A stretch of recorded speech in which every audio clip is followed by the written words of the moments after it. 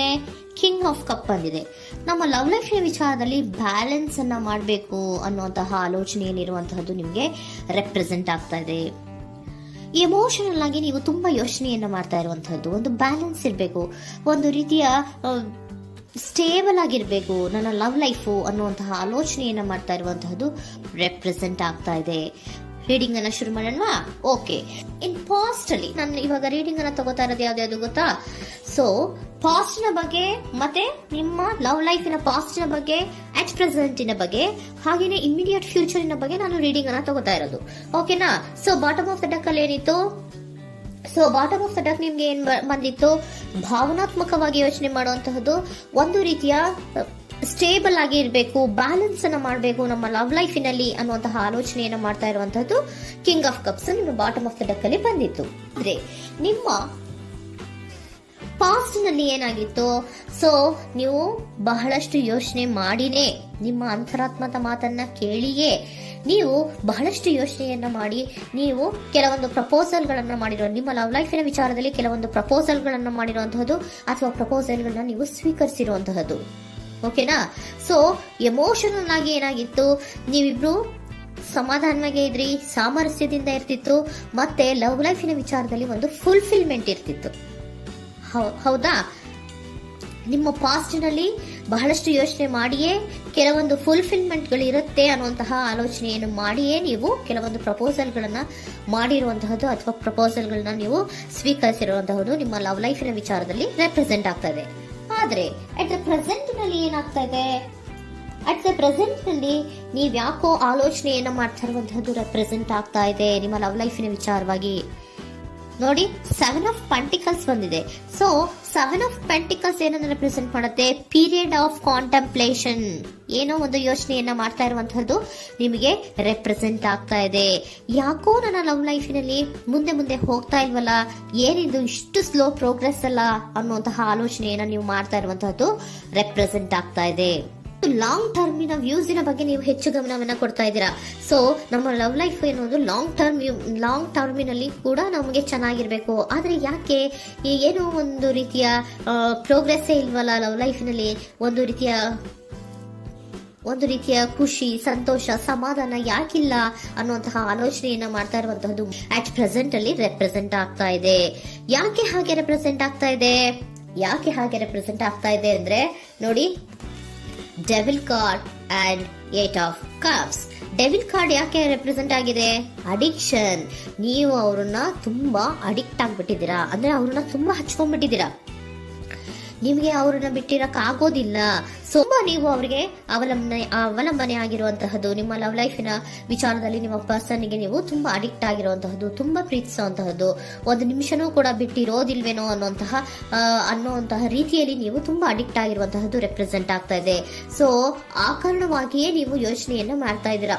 So ಯಾವುದೇ love ಲೈಫಿನಲ್ಲಿ ಯಾವುದೇ ರೀತಿಯ ಮುಂದುವರಿಕೆ ಕಾಣ್ತಾ ಇಲ್ವಲ್ಲ, ಏನಾಗ್ಬಹುದು, ಏನಾದ್ರೂ ನಾನು ಪ್ರೀತಿಯನ್ನ ಬಿಟ್ಟು ಮುಂದೆ ಹೋಗ್ಬೇಕಾಗುತ್ತಾ ಬೇಜಾರಿನಲ್ಲಿ ಅನ್ನುವಂತಹ ಆಲೋಚನೆಯನ್ನ ಮಾಡ್ತಾ ಇರುವಂತಹದ್ದು ಅಟ್ ಪ್ರೆಸೆಂಟ್ ನಲ್ಲಿ ರೆಪ್ರೆಸೆಂಟ್ ಆಗ್ತಾ ಇದೆ. ಯಾಕಂದ್ರೆ ಯಾವುದೇ ರೀತಿಯ ಮುಂದುವರಿಕೆಗಳು ಇಲ್ಲ. ಸೊ ನಿಮ್ಮಲ್ಲಿ ಏನಿದೆ? ಕೆಲವೊಂದು ರೀತಿಯ ಸ್ಟಾಗ್ನೇಷನ್ ಅಲ್ಲಿ ಇದೆ, ಅಸಮಾಧಾನಗಳಿದೆ, ಭಿನ್ನಾಭಿಪ್ರಾಯಗಳಿದೆ. ಯಾವುದೇ ರೀತಿಯ ಲವ್ ಲೈಫ್ ನಲ್ಲಿ ಒಂದು ರೀತಿಯ ಖುಷಿ ಅನ್ನೋದು ಅಟ್ ಪ್ರೆಸೆಂಟ್ ಅಲ್ಲಿ ನಿಮ್ಗೆ ಕಾಣ್ತಾ ಇಲ್ಲ. ಆದ್ರೆ ಯೋಚನೆ ಅಂತೂ ಮಾಡ್ತಾ ಇದ್ದೀರಾ. ಅಡಿಕ್ಷನ್ಸ್ ಇದೆ ಅಲ್ವಾ? So devil card represented by addictions ಅನ್ನ ರೆಪ್ರೆಸೆಂಟ್ ಮಾಡೋದ್ರಿಂದ ಅಟ್ ಪ್ರೆಸೆಂಟ್ ನಲ್ಲಿ ನೀವ್ ಯಾಕೋ ಲವ್ ಲೈಫಿನ ವಿಚಾರದಲ್ಲಿ ಸಮಾಧಾನದಿಂದ ಇರುವಂತಹದ್ದೇನು ರೆಪ್ರೆಸೆಂಟ್ ಆಗ್ತಾ ಇಲ್ಲ. ಸೊ ಏನಾಗುತ್ತೋ, ಇದು ಹಿಂಗೆ ಆಗ್ತಾ ಇದ್ರೆ ಏನಾಗುತ್ತೋ, ಇದೇನು ವಿತ್ಡ್ರಾ ಆಗ್ಬಿಡುತ್ತಾ, ನನ್ನನ್ನು ಬಿಟ್ಕೊಡ್ತಾರ ಅನ್ನುವಂತಹ ಆಲೋಚನೆಯನ್ನ ಕೂಡ ಕೆಲವೊಬ್ರು ಮಾಡ್ತಾ ಇರುವಂತಹದ್ದು ರೆಪ್ರೆಸೆಂಟ್ ಆಗ್ತಾ ಇದೆ. Next, in the near future ಅಲ್ಲಿ ಏನು? ಇನ್ ದ ನಿಯರ್ ಫ್ಯೂಚರ್ ಅಲ್ಲಿ ಅಥವಾ ಇಮಿಡಿಯೇಟ್ ಫ್ಯೂಚರ್, ಇದು 1 ಮಂತಿನ ರೀಡಿಂಗ್ ಅಷ್ಟೇ, ಇನ್ನು ಲೈಫ್ ಲಾಂಗ್ ಇನ ರೀಡಿಂಗ್ ಅಲ್ಲ. ಓಕೆನಾ? ಜಸ್ಟ್ 1 ಮಂತಿನ ರೀಡಿಂಗ್ ಅಷ್ಟೇ.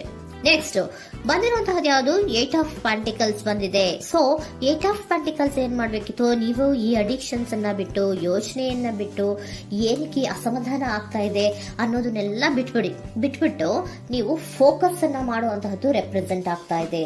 ಸೊ ಏನ್ ಫೋಕಸ್ ಮಾಡುವಂತಹದ್ದು? ಏನಾಗಿದೆ ನನ್ನ ಲವ್ ಲೈಫಿನ ವಿಚಾರದಲ್ಲಿ? ಎಲ್ಲ ಚೆನ್ನಾಗೇ ಇತ್ತಲ್ಲ ನೋಡಿ, ಪಾಸ್ಟಿನಲ್ಲಿ ನಿಮಗೆ ಚೆನ್ನಾಗೇ ಇತ್ತಲ್ಲ, ಯೋಚನೆ ಮಾಡಿನೇ ತಾನೇ ನೀವು ಲವ್ ಲೈಫಿನಲ್ಲಿ ಪ್ರಪೋಸಲ್ಗಳನ್ನ ಸ್ವೀಕರಿಸಿದ್ದು, ಮತ್ತೆ ಅಲ್ಲಿ ಫುಲ್ಫಿಲ್ಮೆಂಟ್ ಇರುತ್ತೆ ಅಂತ ತಾನೇ ನೀವು ಸಮಾಧಾನವಾಗಿ ಪ್ರಪೋಸಲ್ಗಳನ್ನ ಸ್ವೀಕಾರ ಮಾಡಿದ್ದು. ಆದ್ರೆ ಪ್ರೆಸೆಂಟಿನಲ್ಲಿ ಕೆಲವೊಂದು ರೀತಿಯ ಭಿನ್ನಾಭಿಪ್ರಾಯಗಳು, ಕೆಲವೊಂದು ರೀತಿಯ ಅಡಿಕ್ಷನ್ಗಳು, ಕೆಲವೊಂದು ರೀತಿಯ ಯೋಚನೆಯನ್ನ ಮಾಡ್ತಾ ಇರುವಂತಹದ್ದು ರೆಪ್ರೆಸೆಂಟ್ ಆಗ್ತಾ ಇದೆ. ಅಟ್ ಪ್ರೆಸೆಂಟಿನಲ್ಲಿ ನೀವೇನು ಸಮಾಧಾನವಾಗಿ ಲವ್ ಲೈಫಿನಲ್ಲಿ ಇಲ್ಲದೆ ಇರುವಂತಹದ್ದು ರೆಪ್ರೆಸೆಂಟ್ ಆಗ್ತದೆ. ಆದ್ರೆ ಇಮಿಡಿಯೇಟ್ ಫ್ಯೂಚರಿನಲ್ಲಿ ಏನಾಗ್ತಾ ಇದೆ, 8 ಆಫ್ ಪೆಂಟಿಕಲ್ಸ್ ಬಂದಿದೆ. ಸೊ 8 ಆಫ್ ಪೆಂಟಿಕಲ್ಸ್ ಏನನ್ನ ರೆಪ್ರೆಸೆಂಟ್ ಮಾಡುತ್ತೆ? ಓಕೆ, ನೀವೇನ್ ಮಾಡ್ತಾ ಇದ್ದೀರಾ, ಬಹಳಷ್ಟು ಫೋಕಸ್ ಅನ್ನ ನಿಮ್ಮ ಲವ್ ಲೈಫಿನ ವಿಚಾರದಲ್ಲಿ ಮಾಡ್ತಾ ಇರುವಂತಹದ್ದು. ಏನ್ ಮಾಡ್ಬೇಕು, ಯಾಕಿಷ್ಟು ಭಿನ್ನಾಭಿಪ್ರಾಯಗಳು ಬರ್ತಾ ಇದೆ ಅನ್ನೋದ್ರ ಬಗ್ಗೆ ನೀವು ಯೋಚನೆಯನ್ನ ಮಾಡ್ತಾ ಇರುವಂತಹದ್ದು ರೆಪ್ರೆಸೆಂಟ್ ಆಗ್ತಾ ಇದೆ. ನೋಡಿ, ಅದರ ಬಗ್ಗೆ ಹಾರ್ಡ್ ವರ್ಕ್ ಅನ್ನ, ಲವ್ ಲೈಫಿನ ವಿಚಾರವಾಗಿ ಸ್ವಲ್ಪ ಹಾರ್ಡ್ ವರ್ಕ್ ಅನ್ನ ಮಾಡ್ತಾ ಇರುವಂತಹದ್ದು ರೆಪ್ರೆಸೆಂಟ್ ಆಗ್ತಾ ಇದೆ. ಸೊ ಬಹಳಷ್ಟು ಕಮಿಟ್ಮೆಂಟ್ ಅನ್ನ ಇಟ್ಕೊಂಡು ಇದನ್ನ ನಾನು ಸರಿ ಮಾಡ್ಕೊಳ್ಳೇಬೇಕು ಅನ್ನುವಂತಹ ಆಲೋಚನೆಯನ್ನ ಮಾಡ್ತಾ ಇರುವಂತದ್ದು. ಸರಿ ಆಗ್ಲೇಬೇಕು, ಈ ಎಲ್ಲಾ ರೀತಿಯ ಅಸಮಾಧಾನಗಳಿಂದ ನಾನು ಆಚೆ ಬರಬೇಕು, ಸಮಾಧಾನವಾಗಿರ್ಬೇಕು, ಬ್ಯಾಲೆನ್ಸ್ ಅನ್ನ ಮಾಡಬೇಕು ಅನ್ನೋದನ್ನ ನೀವು ಇಟ್ಕೊಂಡು ನೀವು ಹಾರ್ಡ್ ವರ್ಕ್ ಅನ್ನ ನಿಮ್ ಲವ್ ಲೈಫಿನ ವಿಚಾರದಲ್ಲಿ ಮಾಡ್ತಾ ಇರುವಂತದ್ದು ರೆಪ್ರೆಸೆಂಟ್ ಆಗ್ತಾ ಇದೆ. ನೆಕ್ಸ್ಟ್ ಕಾರ್ಡ್ ಕೂಡ ನಿಮ್ಗೆ ಕಿಂಗ್ ಆಫ್ ಸೋರ್ಟ್ಸ್ ಬಂದಿದೆ. ಸೊ ಕಿಂಗ್ ಆಫ್ ಸೋರ್ಟ್ಸ್ ಏನನ್ನ ರೆಪ್ರೆಸೆಂಟ್ ಮಾಡುತ್ತೆ? ಸ್ಪಷ್ಟವಾಗಿ ಥಿಂಕ್ ಅನ್ನ ಮಾಡ್ತಾ ಇದ್ದೀರಾ. ನಮ್ಮ ಲವ್ ಲೈಫಿನ ವಿಚಾರದಲ್ಲಿ ಯಾಕೆ ಅಸಮಾಧಾನ ಬರ್ತಾ ಇದೆ, ಯಾಕೆ ಭಿನ್ನಾಭಿಪ್ರಾಯ ಬರ್ತಾ ಇದೆ, ನಾನಂತೂ ಅವ್ರನ್ನ ಬಿಟ್ಟಿರಕ್ಕಾಗಲ್ಲ. ಸೊ ನಾನೇನ್ ಮಾಡ್ಬೇಕು, ಇದನ್ನೆಲ್ಲ ಕೂಡ ಬ್ಯಾಲೆನ್ಸ್ ಅನ್ನ ಮಾಡ್ಬೇಕು. ಅದಕ್ಕೆ ನಾನು ಏನ್ ಮಾಡ್ಬೇಕು, ಫೋಕಸ್ ಅನ್ನ ಮಾಡ್ಬೇಕು. ಫೋಕಸ್ ಅನ್ನ ಮಾಡಿ ಅಲ್ಲಿ ನೀವು ಕರೆಕ್ಟ್ ಆಗಿ ಕ್ಲಿಯರ್ ಥಿಂಕಿಂಗ್ ಅನ್ನ ಮಾಡಿ, ಒಂದು ಸ್ಟ್ರಾಂಗ್ ವಿಲ್ ಪವರ್ ಅನ್ನ ಇಟ್ಕೊಂಡು ನೀವು ಮೆಚ್ಯೂರ್ ಆಗಿ ಥಿಂಕ್ ಮಾಡಿ ಕೆಲವೊಂದು ರೀತಿಯ ನಿರ್ಧಾರಗಳನ್ನ ಮಾಡುವಂತಹದ್ದು ರೆಪ್ರೆಸೆಂಟ್ ಆಗ್ತದೆ. ನೋಡಿ, ಸ್ಟ್ರಾಂಗ್ ಆಗಿ ಒಂದು ವಿಲ್ ಪವರ್ ಅನ್ನ ಇಟ್ಕೊಂಡು ಫೋಕಸ್ ಅನ್ನ ಮಾಡಿ ನೀವು ನಿಮ್ಮ ಲವ್ ಲೈಫಿನ ವಿಚಾರದಲ್ಲಿ